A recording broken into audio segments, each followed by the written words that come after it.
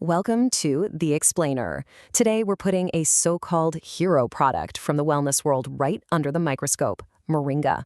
You've probably seen it, right? This super vibrant green powder that's popping up in everything from your morning latte to your daily supplements. But what's the real story behind all the hype?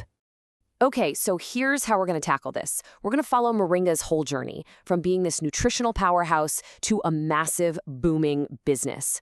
We'll get into the science, see how people are using it, look at the giant market that's sprung up, and yeah, we'll talk about the risks and what it all means for the future. First things first, let's meet our hero here.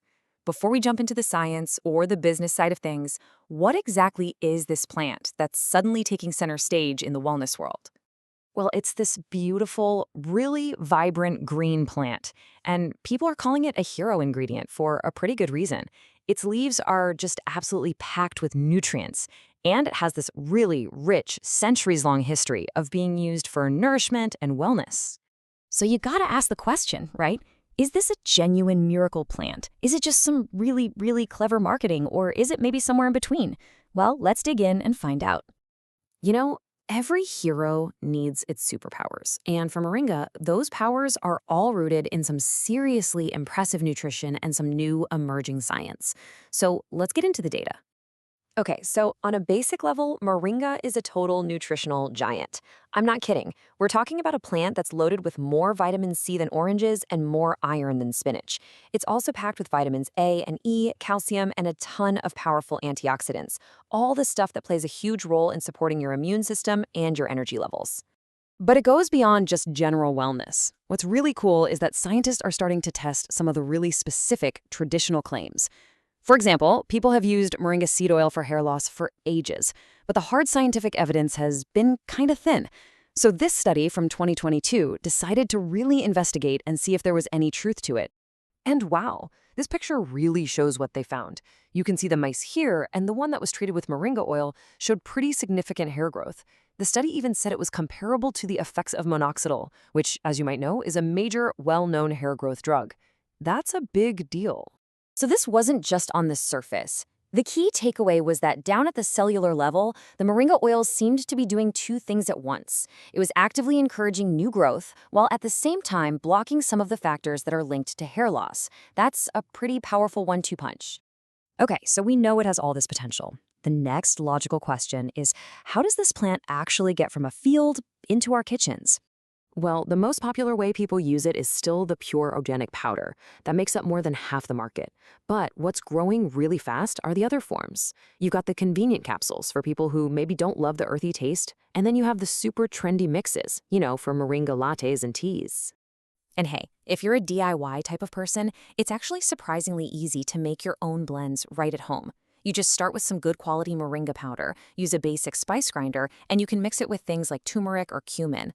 The most important part? Just make sure you store it in an airtight container to keep it fresh. So when you have a plant with this much potential and this much versatility, well, a gold rush was pretty much inevitable. So let's talk about the massive business of Moringa. What's really fascinating is how smartly the market is broken down. It's not one size fits all. Different products are targeting very specific people. You've got the pure organic powder for the health-conscious superfood enthusiasts. You have the capsules for busy professionals who need convenience. And then, of course, you've got Gen Z and millennials who are driving that whole Moringa latte trend. And the scale of this market is it's huge. To give you some perspective, on the US TikTok shop alone, the entire health category, where Moringa is a rising star, is generating a staggering $86 million in sales every single month. And this isn't just a US trend, it's part of a huge global shift. In 2023, sales in this category on TikTok topped $1.8 billion. TikTok has completely changed the game for how wellness products like Moringa get discovered, marketed, and sold.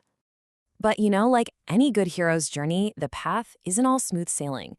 There are challenges, and there are some very real dangers. The Moringa boom definitely has its dark side. Now, the good news if you're in this business is that the market is fundamentally incredibly strong. People know what Moringa is, they want it, and demand is growing by double digits year after year. However, all of that demand has created what analysts call a red ocean. Think of it like a shark tank. It's a market that's just flooded with brands, so it's super saturated, and there's fierce competition on price. For anyone just selling basic moringa powder, it's getting really, really hard to stand out. And then there's the most serious risk of all, health and safety. The fact that the FDA had to launch an actual salmonella investigation tied to moringa powder is a huge wake-up call. It's a stark reminder of just how critical quality control is, especially when a market explodes this quickly.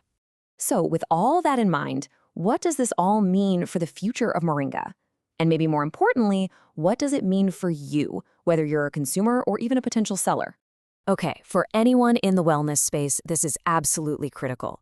You have to be so careful about health claims.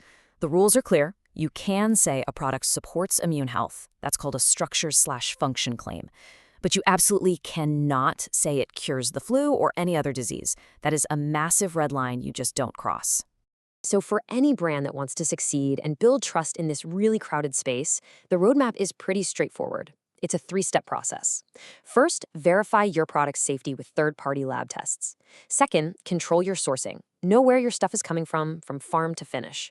And third, be honest in your marketing. Focus on real benefits, not on crazy, unsubstantiated promises. And that really just leaves us with one final thought to chew on. As these superfoods like moringa go from being traditional remedies to global commodities, how do we balance all of the market hype with the actual pursuit of genuine wellness? It seems like in this new superfood gold rush, the real value isn't just in the product itself, but in the trust it manages to earn along the way.